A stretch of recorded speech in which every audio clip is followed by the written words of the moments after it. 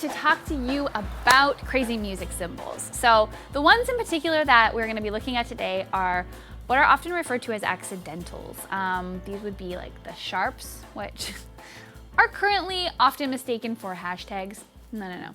They're sharp symbols, and flats and natural signs. So when you're reading sheet music, especially once you get past the very beginner levels, you're gonna start to see these symbols on your page, and they can be very confusing. So I'm gonna clear it all up for you so you never have to wonder or feel overwhelmed by these symbols. Number one, the first one we're gonna look at is that sharp symbol. So it appears to look like a hashtag, but it's meant as a musical symbol, at least as far as I'm concerned. And it tells us to raise a note by a half step. So when you see the note F, you play this note. When you see a sharp sign beside, you're gonna see it just before the F, it means to play the note a half step above. So this note here is called F sharp. So you'll notice that the center square of that sharp symbol is right over top of the note space for the note F. So that's how you know that it's connected to the F note and that it is an F sharp. So the next one we're gonna look at is a flat. So a flat looks like a squished up B, and what it tells us to do is lower the note that we're playing by a half step. So you can think of like flat tire, it goes down in size.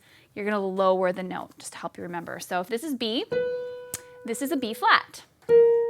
And so that squished up part of the symbol is going to align with the note that it's beside. So as you can see, that the line for B goes right through the middle of it, and that's how we know it's a B flat. So now here's where things can get a little bit crazy. You can also have sharps that aren't right beside notes that are considered to be part of what's called the key signature. So the key signature, it basically tells you the rules for the song you're playing. So we've got a key signature here that includes one sharp. It's an F sharp. This is above the F, that's the very top of the treble clef staff. And it tells us that anytime we see an F, we're just automatically supposed to know that it's played as a sharp, which can be crazy if you're a beginner. So if you're playing a piece of sheet music and it's in a new key, feel free to grab a highlighter or a pencil and just circle the notes that you have to remember to sharp.